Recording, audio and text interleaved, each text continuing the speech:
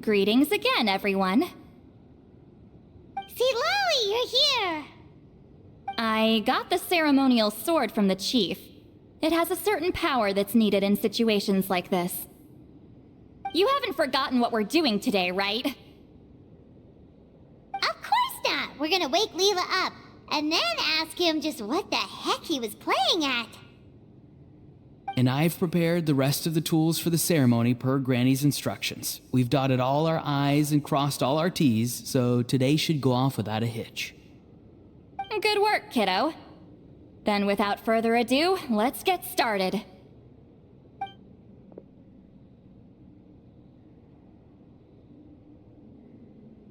I give offerings from the mystic smoke, the gift of stars on a moonless night, a wreath of dreams in the swirling wind.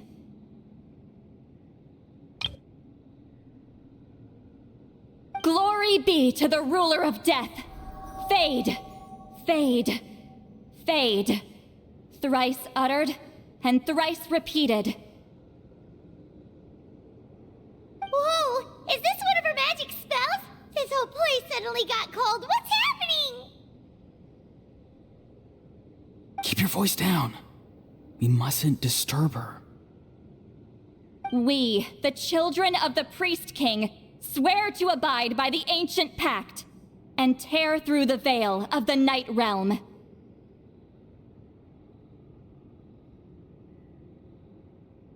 I am Seedlali. Hear my command. I am the Shepherd of Doomsday. I am Akul Batil.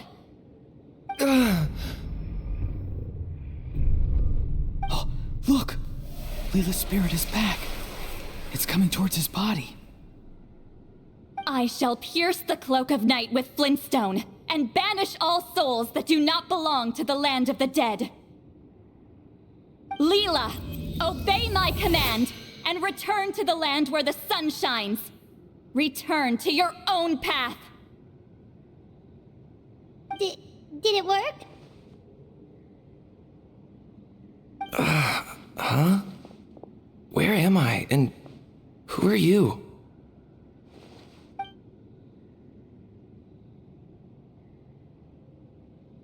Whoa! Granny Eatsley, I mean, High Priestess Seedlali, please have mercy! Aw, guilty conscience, huh? So, you know full well what you've done. Do you have any idea how close you were to never making it back? Or maybe you thought life would be more fun as an inanimate object.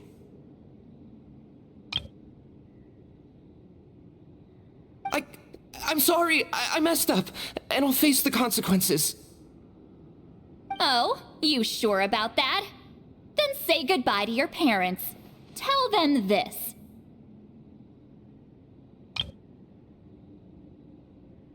Goodbye, Mom and Dad. I've realized I enjoy life as an empty shell so much that I've decided to get Granny Eatsley to turn me into a stone statue, so I can stand guard over her house for the next 100 years. No, please! Please don't, I'm begging you. I'll never do this again, I promise. Thank you, High Priestess Seedlali. Thank you for rescuing me. Don't thank me. Thank my grandson. If he hadn't sensed something was amiss, I wouldn't have bothered getting involved. You're more than welcome, Leela. And don't mind Granny. She's all bark and no bite. We're just glad that you're okay. Besides, someone tricked you into doing this, didn't they? That Kokju guy. He's the real culprit here. No, Mr. Kokuchu had nothing to do with it. It was all my doing. Huh? Well, I mean, he suggested the method of using a powerful spirit relic as a medium, but it was my decision to go through with it. I wasn't coerced or anything. I'm sorry. I'm the one to blame. The brainwashing is strong with this one. So did Kokuchu provide the relic? He did. He said it was a treasure related to the Mare Javari. Right, so that proves it. He was using you. He coaxed you into doing the clairvoyance for him. But I'm a spirit duffer who can't cast a single spell. what use would I be to him? Guys like me couldn't sense a spirit even if we spent the rest of our lives sitting and meditating. But Mr. Kokachu said that if I brute force the spell and immerse myself in a spiritually rich substance, I might be able to catch a glimpse of one. It seems like my only option. Still, brute forcing a spell when you're a spirit duffer is like forcing yourself to run a marathon without any legs. If it wasn't for Sitlali, you'd have been lost forever. I know, I'm sorry. It's just... everyone in this tribe is so amazingly talented, and then there's me. I just didn't want to be the odd one out anymore. I totally understand how you feel, Leela. Some seeds effortlessly grow into beautiful cabbages, while others struggle with all their might and never even sprout. Who knows why this is the way things are? Maybe that's just life. Life is full of things we can't change. I know saying this doesn't change anything either, but I hope it makes you feel a little better. Let's pause this discussion for now. We need to get you to Matla's for a checkup.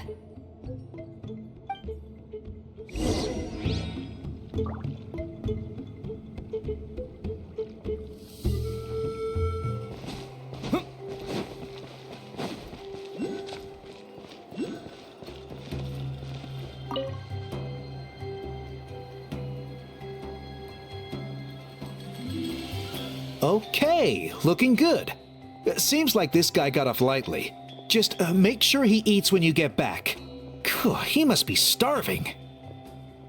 That's a relief. I've heard of cases where people's bodies started necrotizing after they spent too long meditating. What a horrifying thought!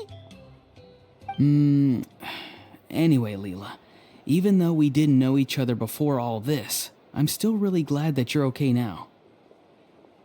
Well, maybe you don't know me, but I've heard all about you.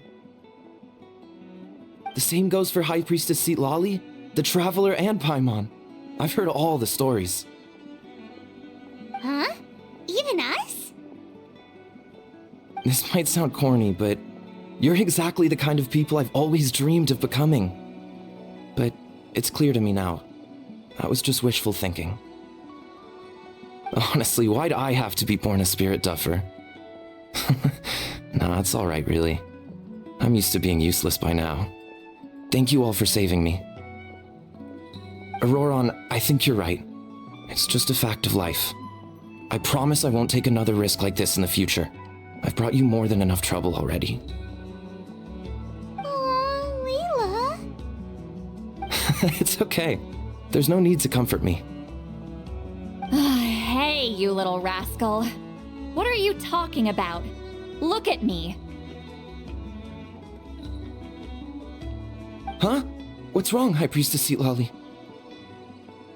I said, look at me. Take a good hard look. Sense anything strange? Granny, what are you talking about?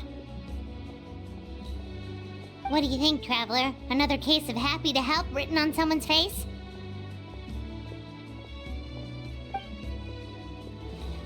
Hold on. I think... either my mind's playing tricks on me, or her entire body is an illusion. No, it must just be my imagination. I wouldn't be able to see through something like that. Wait, I know this trick. It's the same one I used a while back. Granny snuck away from right under our noses. You see? You can perceive some spiritual abnormalities now. Congratulations. Really? But where are you going, Granny? Where do you think?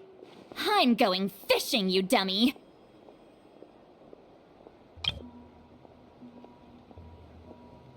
Someone triggered the trap I set in the cave. Looks like our friend Kokachu took the bait. What? Sorry, can't talk now. You'll find me in the cave.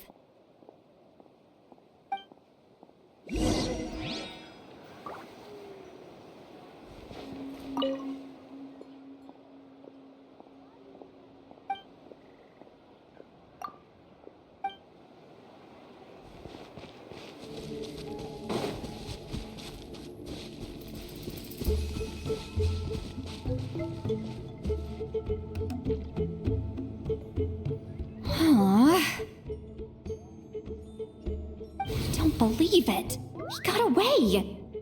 Oh, this is terrible. Why'd I have to go and act so cocky about it? I'm gonna look like such a fool.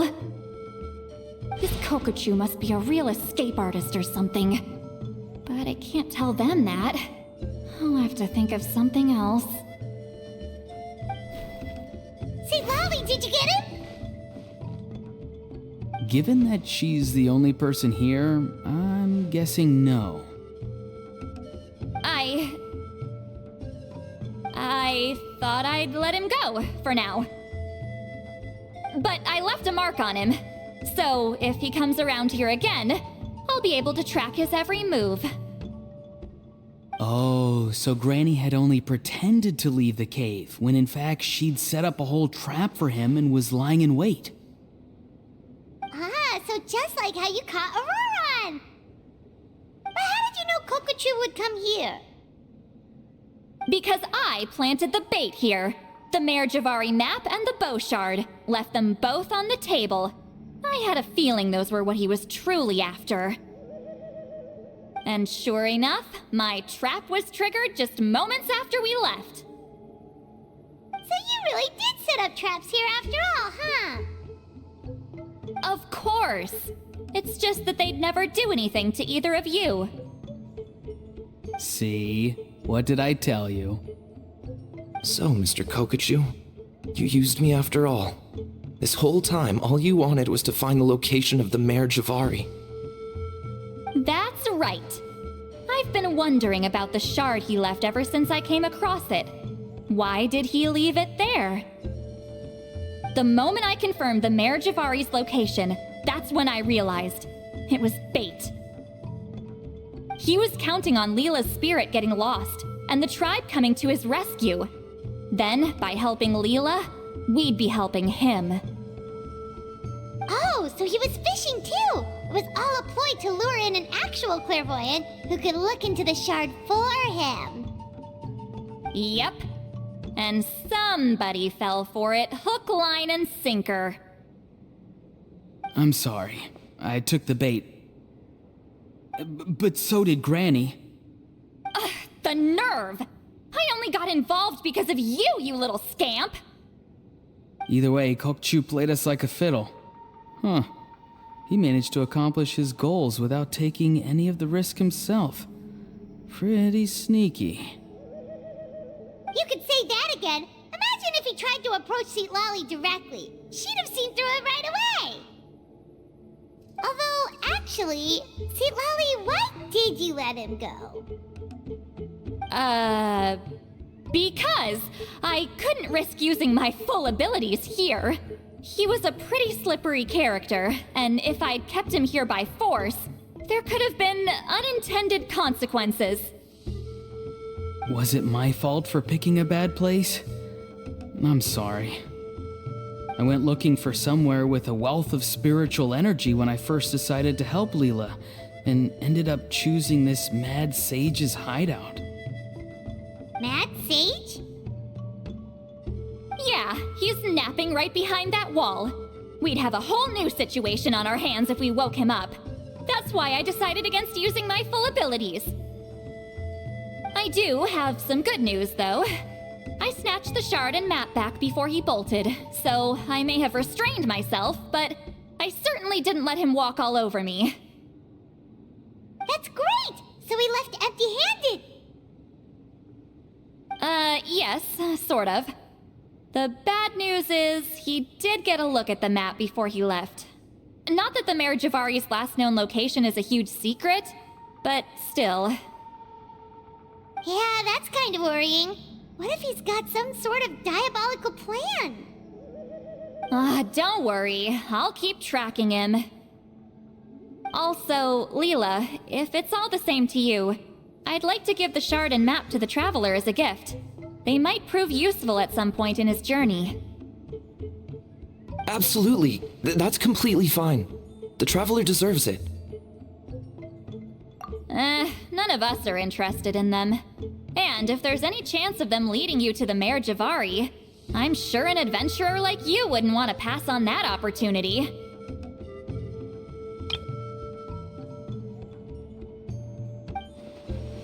Eatsley has a sense for these things.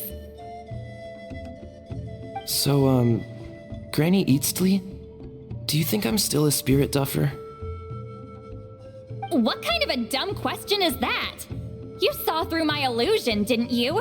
I mean, that's partly because I deliberately made it imperfect, but even then, a spirit duffer wouldn't be able to see through that. Auroron, give this guy some lessons when you've got the time. Leela, put in the work, and we'll see how far you get. Amazing. Life is so full of surprises. As long as you keep moving forward, you might just run into some fertilizer in the middle of the road. I'm so happy for you, Leela. Let's both give this our best shot, and who knows? We might both be beautiful cabbages one day.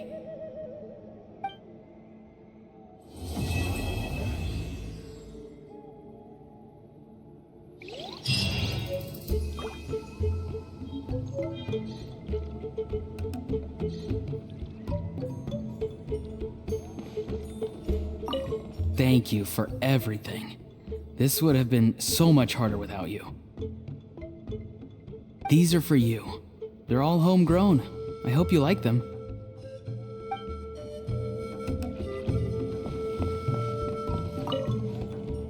I'm gonna apply myself hard and learn everything I can from Auroron. He'll make a cabbage out of me yet. Although, to be honest, I'd rather become a carrot. More nutritious, you know?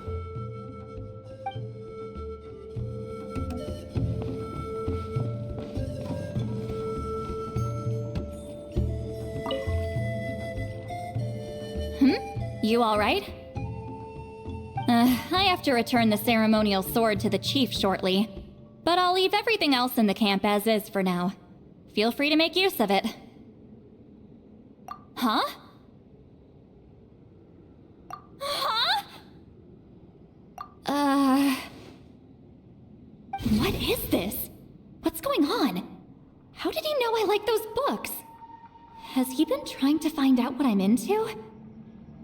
No, that's ridiculous. Don't be silly. I bet Auroron sold me out. The little scamp. Still, he remembered. That's gotta mean something, right? Why make a note of some mundane detail like that? Focus! He asked me a question. How do I respond?